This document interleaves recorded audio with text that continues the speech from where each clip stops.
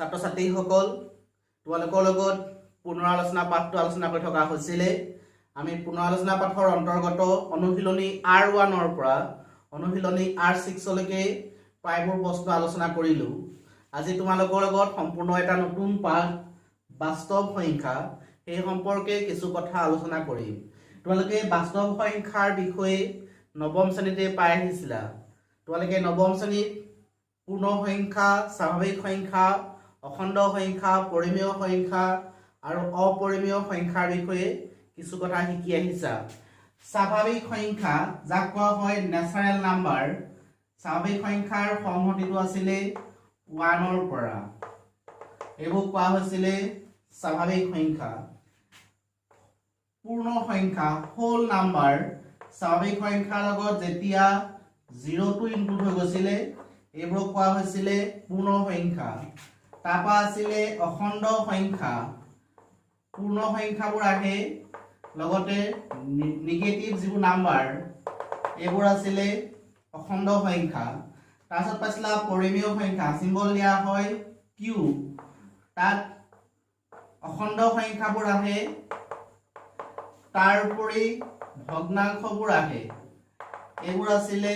পৰিমেয় সংখ্যা। তাৰপিছত পাইছিলা অপৰিমেয় সংখ্যা, যিবোৰ আমাৰ আছিলে √2, √3 বা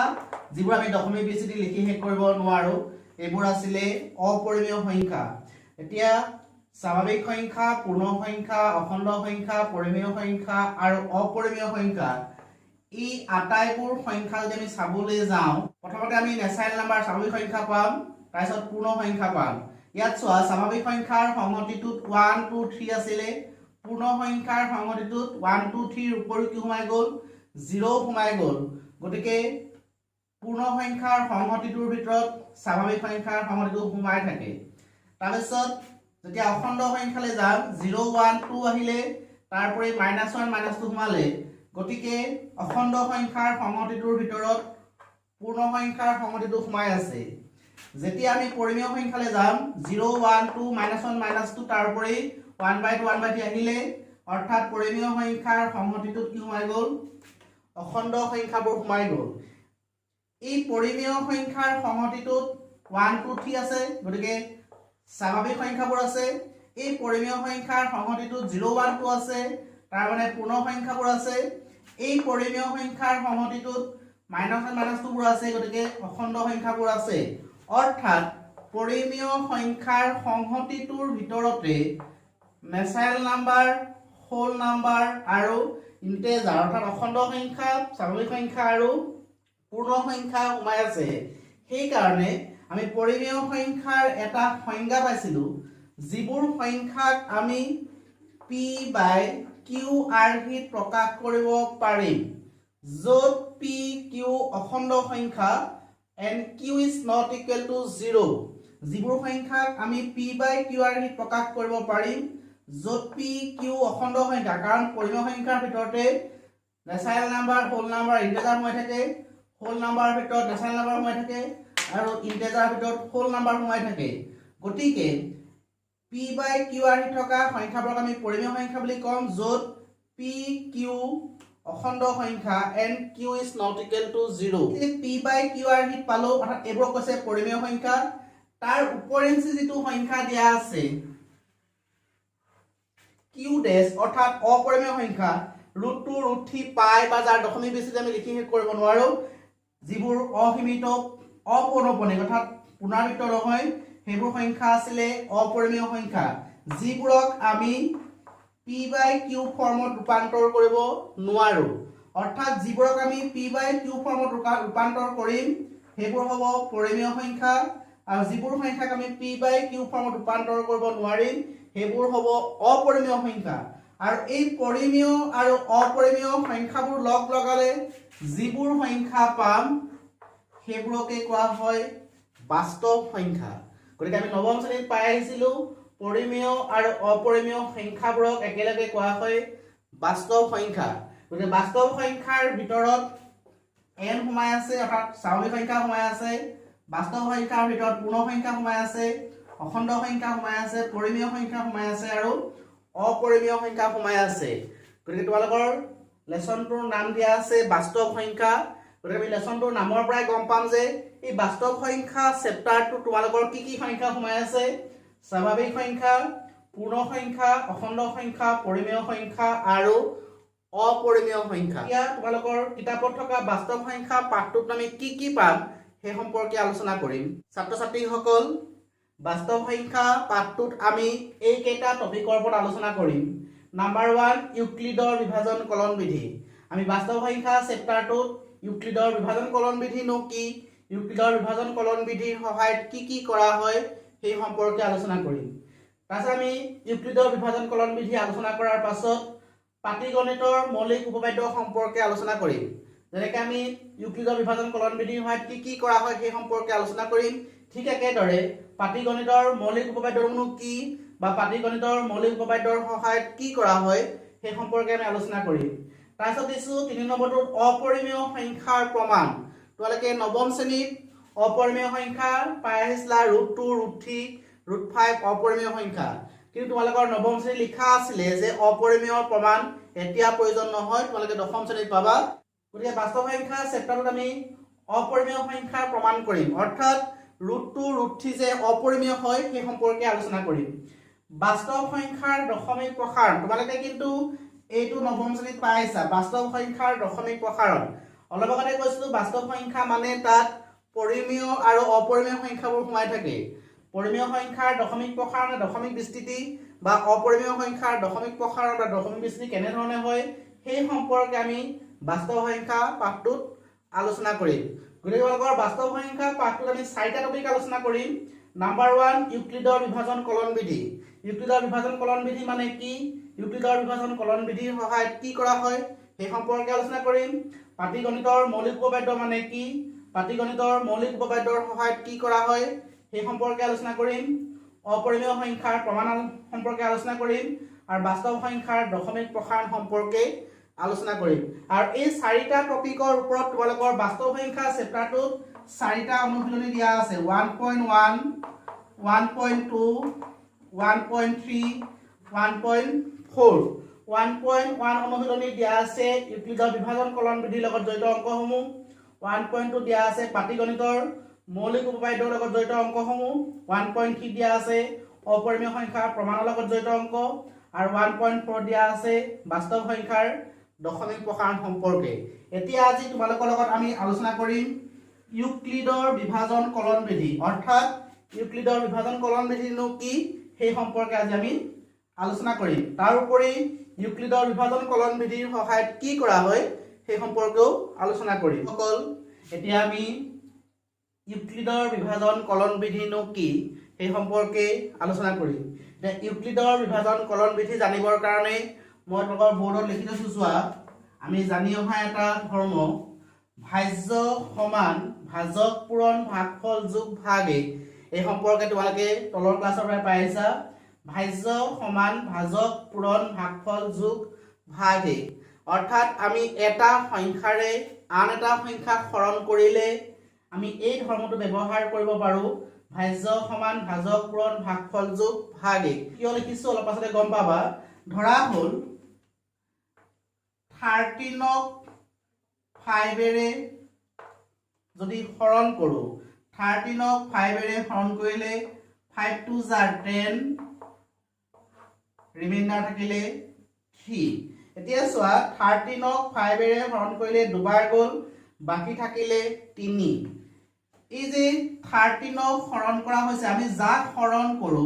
হেতু হয় সদায় ভাজ্য গতিকে আমি 13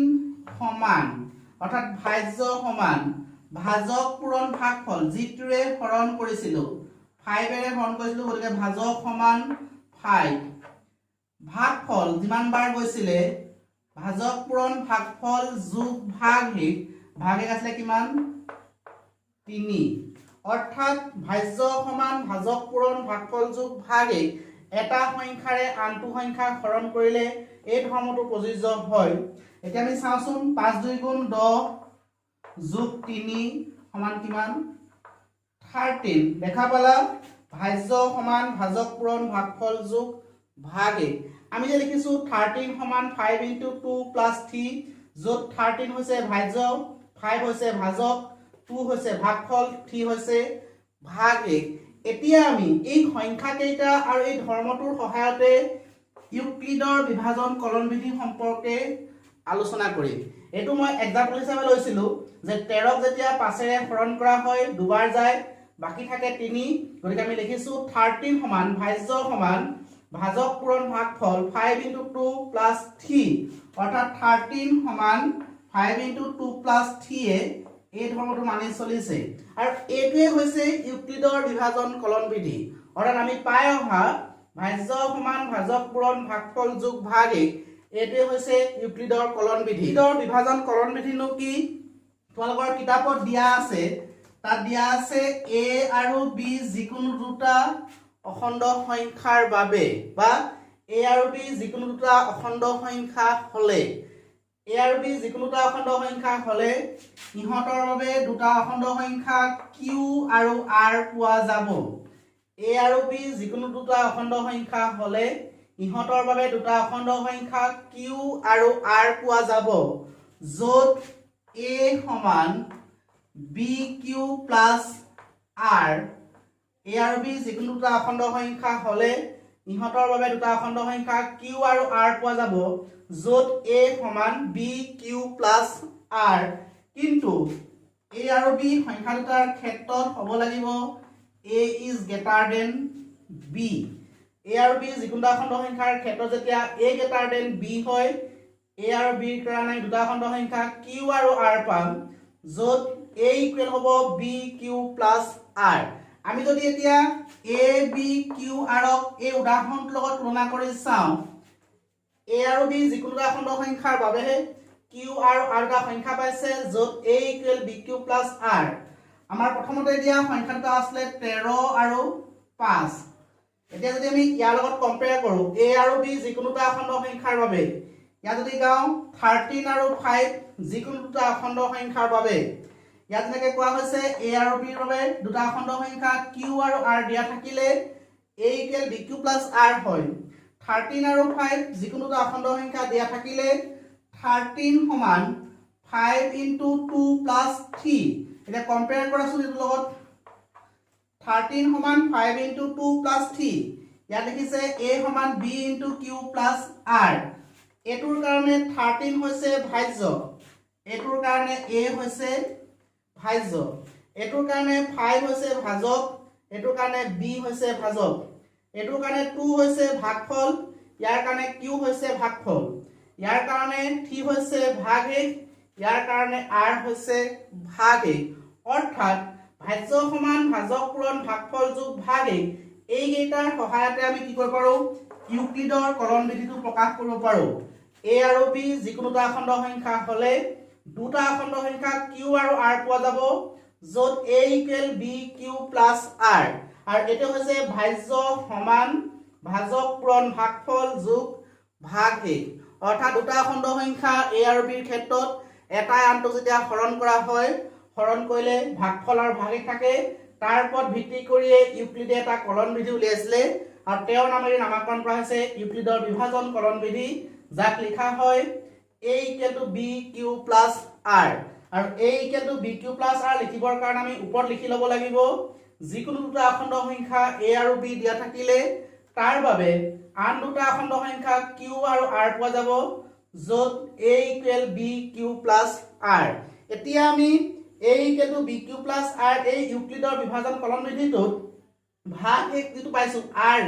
তাৰ কাৰণে এটা কন্ডিশন উলিয়াম. এতিয়া চাও আমি উদাহৰণটোত এটো উদাহৰণৰ ক্ষেত্ৰত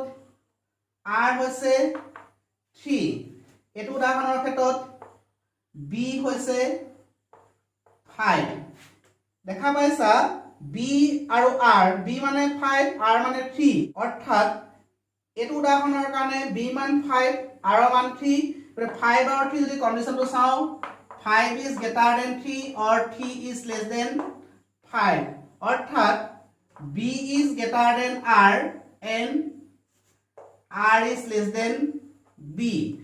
গতিকে ইয়াৰ পৰা যেটো আমি r পাম r is less than কি হ'ব লাগিব b নাইবা b is greater than r. এটাই হয় b is greater than r বা r is less than b. অৰ্থাৎ r ৰ মান b তকৈ কি হ'ব লাগিব সৰু হ'ব লাগিব এতিয়া মই যদি এই উদাহৰণটো চেঞ্জ কৰি দিওঁ 13 টো যদি 12 কৰি দিওঁ ইয়াক যদি 4 ৰে হৰণ কৰি দিওঁ 4 3 গুণ 12 এবাৰ ৰিমাইন্ডাৰ চোৱা বাকি চোৱা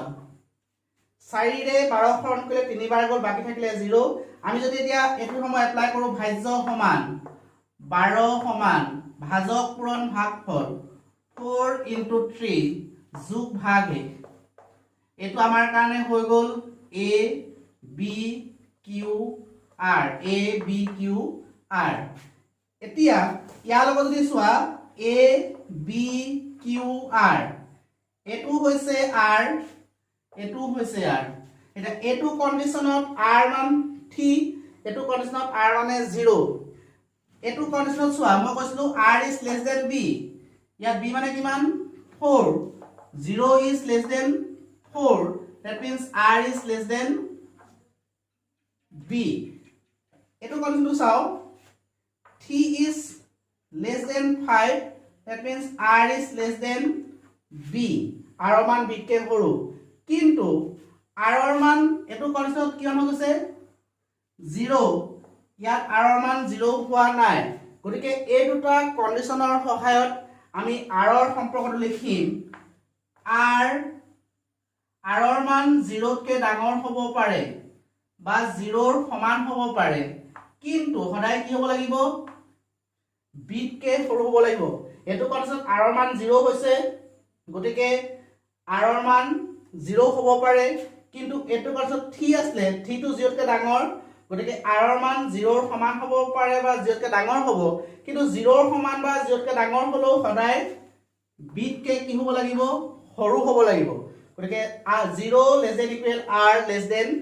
b গতিকে ইউক্লিডৰ বিভাজন কলন বিধি ব্যৱহাৰ কৰোতে আমি কি লিখিব লাগিব a আৰু b যিকোনো দুটা অখণ্ড সংখ্যাৰ বাবে দুটা অখণ্ড সংখ্যা q আৰু r পোৱা যাব য'ত a equal b q plus r condition লিখিব লাগিব 0 less than equal r less than b অৰ্থাৎ r ৰ মান 0 তকৈ ডাঙৰ বা 0 ৰ সমান কিন্তু b তকৈ কি হ'ব লাগিব সৰু আৰু এই উক্তিটোকে কোৱা হৈছে ইউক্লিডৰ বিভাজন কলন বিধি গতিকে সকলোৱে কিতাপখন লৈ ইউক্লিডৰ বিভাজন কলন বিধি মানে কি ঘৰত পঢ়িবা আমি নেক্সট ক্লাছত ইউক্লিডৰ বিভাজন কলন বিধিৰ সহায়ত কি কৰা হয় সেই সম্পৰ্কে আলোচনা কৰিম